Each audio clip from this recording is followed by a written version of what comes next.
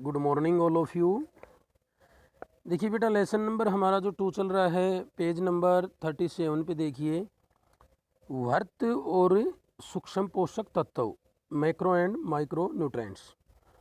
मनुष्य शरीर के लिए जरूरी तत्वों की मात्रा के आधार पर इन्हें हम 2 भागों में विभाजित किया गया है, जो इस प्रकार है।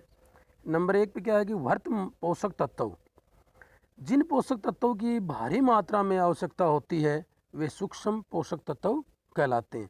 हमारे शरीर में जिन तत्वों की भारी मात्रा में आवश्यकता होती है वे सूक्ष्म पोषक तत्व कहलाते हैं।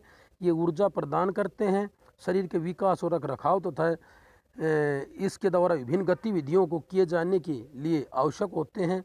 इनमें कार्बोहाइड्रेट, वसा, प्रोटीन और जल शामिल होते हैं। नंबर 1 पे कार्बोहाइड्रेट। कार्बोहाइड्रेट ऊर्जा का मुख्य स्रोत है। इसमें कार्बन, हाइड्रोजन और ऑक्सीजन के तत्व होते हैं। कार्बोहाइड्रेट में हाइड्रोजन और ऑक्सीजन का अनुपात पानी की तरह ही 2:1 का होता है।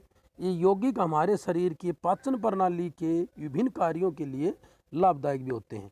कार्बोहाइड्रेट 2 प्रकार के होते हैं, तो सामान्य कार्बोहाइड्रेट और एक जटिल कार्बोहाइड्रेट।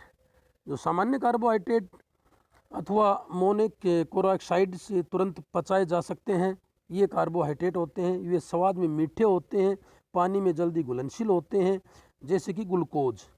और जटिल कार्बोहाइड्रेट क्या होते हैं? जटिल कार्बोहाइड्रेट अथवा पॉलीसेकेराइड्स धीमे पचाए जा सकते हैं जाने वाले कार्बोहाइड्रेट होते हैं। ये स्वाद में मीठे नहीं होते, जैसे कि आलू के स्टार्च, और ये पानी में घुलनशील नहीं होते। नंबर 2 पे देखिए वसा, फैट। वसा में कार्बन, ऑक्सीजन और हाइड्रोजन की मात्रा 76, 12 एवं 12% है। 76, 12 एवं 12% है। वसा अम्लों से बना होता है। जो वसा हमारी होती है अम्लों से बनी होती है। ये भोजन के अन्य घटकों से ज़्यादा कैलोरी प्रदान करता है। ये भोजन के अन्य जो घटक होते हैं उनसे ज़्यादा कैलोरी प्रदान करता है।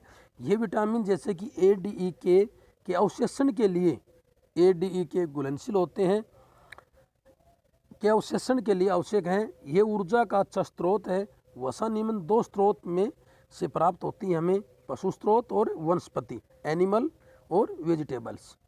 पशु स्रोत में क्या है? इसमें मांस और दूध से निर्मित पदार्थ जैसे मक्खन है, पनीर है, अंडे की जर्दी शामिल होते हैं। और वनस्पति स्रोत में क्या होता है? इसमें मूंगफली, सरसों, कपास के बीज, सूरजमुखी और नारियल से प्राप्त विभिन्न खाने योग्य तेल शामिल होते हैं। वसा टाइप्स ऑफ फैट्स, सरल कार्बोहाइड्रेट, जटिल कार्बोहाइड्रेट्स और संतृप्त वसा, ट्रांस वसा, असंतृप्त वसा, ये इसके प्रकार हैं।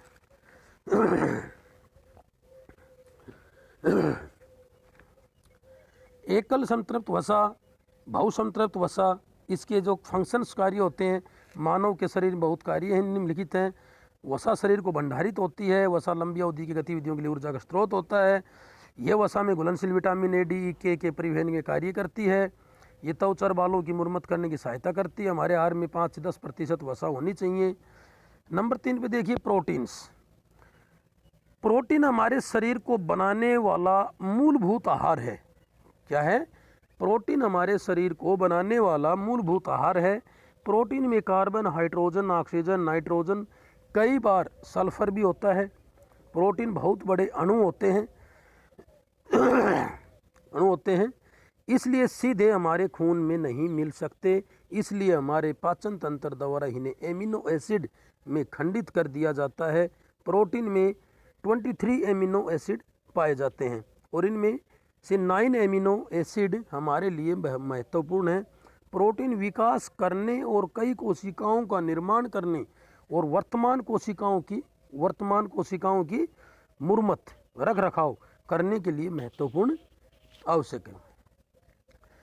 प्रोटीन की कमी से शरीर में ऊर्जा की कमी, एनीमिया जैसे खून की कमी, प्रतिरक्षा तंत्र पर निम्न स्तर पर भार में कमी, त्वचा का शुष्क होना, चिड़चिड़ापन इत्यादि ऐसे लक्षण दिखाई देते हैं।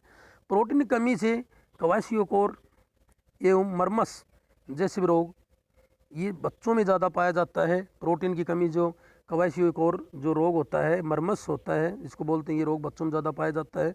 ये प्रोटीन की कमी से होता है। प्रोटीन के दो मुख्य आहारात्मक स्रोत हैं, पशु स्रोत और वनस्पति स्रोत। जैसे हमने पीछे फैट में बताया, इसमें मांस, मछली, अंडा, दूध, पनीर आदि शामिल होते हैं पशु स्रोत में। और वनस्पति में इसमें दालें, अनाज, मेवे, फलियां, मटर आदि शामिल होते हैं।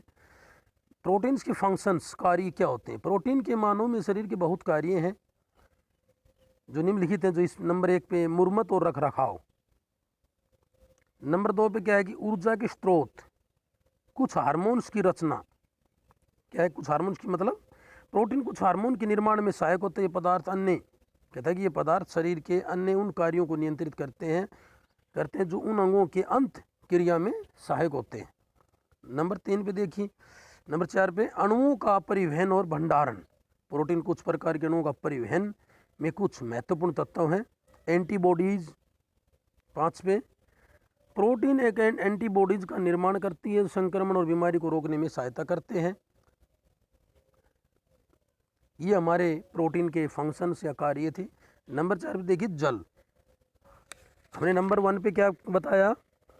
कार्बोहाइड्रेट, नंबर 2 पे वसा, नंबर 3 पे प्रोटीन, नंबर 4 पे जल। जल भोजन का आहार का सबसे महत्वपूर्ण तत्व है। पानी 2:1 में हाइड्रोजन एवं ऑक्सीजन के तत्वों से बना है। हमारे रक्त में 90% जल होता है। हमारे रक्त में कितना होता है? 90% जल होता है। जल शरीर की कोशिकाओं में भोजन के पोषक तत्वों को नियंत्रित करने में सहायता करता है। यह शरीर के फालतू पदार्थ को बाहर निकालने, वेस्ट प्रोडक्ट को बाहर निकालने में भी बहुत ही लाभदायक होता है। यह शरीर के तापमान को नियंत्रित रखता है। यह सामान्य व्यक्ति को प्रतिदिन 4 से 5 लीटर जल की आवश्यकता होती है। इसके फंक्शंस क्या होते हैं? मानव शरीर में जल के विभिन्न कार्य इसके इस प्रकार हैं। यह शरीर के जहरीले और अनावश्यक पदार्थों को बाहर निकालने में सहायता करता है, भोजन को पचाने में सहायता करता है, ये रक्त संचार में मदद करता है, शरीर को तापमान बनाए रखने में सहायता करता है, यह शरीर के खनिज लवण उपलब्ध कराने में सहायता करता है। ये हमारे नंबर 1 पे हमने बताया आपको वर्थ पोषक तत्व, मैक्रो न्यूट्रिएंट्स। अब क्या है हमारा माइक्रो न्यूट्रिएंट्स, सूक्ष्म पोषक तत्व। इसमें विटामिन्स, आहार में विभिन्न प्रकार के विटामिन जरूरी होते हैं। पेज नंबर बेटा 39 पे देखिए, पेज को आगे लेके चलिए। विटामिन्स, आहार के विभिन्न प्रकार के विटामिन जरूरी होते हैं और शरीर में उनके विभिन्न कार्य होते हैं। चयापचय की जो प्रक्रिया, जो पाचन क्रियाएं होती हैं, जैविक प्रक्रियाओं को प्रकट करती हैं, जिन्हें सजीव जीवन जीने के लिए ऊर्जा की प्राप्ति और वृद्धि के लिए भी प्रयोग किया जाता है। विटामिन ऊर्जा के विटामिन ऊर्जा के सर्वोत्तम स्रोत होते हैं। विटामिन शरीर के लिए बहुत ज़रूरी होते हैं। विटामिन की कमी से स्कर्वी, बेराबेरी, रिकेटस, प्लेग्रा आदि रोग हो जाते हैं। व्यक्ति को प्रतिदिन बहुत कम मात्रा में विटामिन की आवश्यकता होती है और यह मिलीग्रामों में होती है। इन्हें वसा में घुलनशील और पानी में घुलनशील विटामिन के तौर पर वर्गीकृत किया जा सकता है। विभिन्न विटामिन का वर्णन हमें नीचे दिया गया है, जो इस प्रकार है। वसा में घुलनशील है विटामिन ए, डी, ई, के। जो वसा में घुलनशील विटामिन कौन कौन से बताया हमने? ए, डी, ई, के।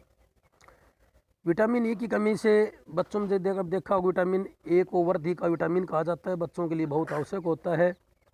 यह आँखों की रोशनी के लिए ज़रूरी होता है। विटामिन ए की कमी से रतौंधी नामक बीमारी, आँखों में जो बीमारी होती है, ये विटामिन ए की कमी से होती है। विटामिन ए के स्रोत दूध, अंडे, जर्दी, मछली के जिगर का तेल, पीली सब्जियां, आम, पपीता, ये विटामिन ए है। विटामिन डी दांतों और हड्डियों को मजबूत बनाने के लिए, ठीक आकार को रखने के लिए और कैल्शियम, फास्फोरस, अम्ल के उपयोग के रोकने में सहायता करती है।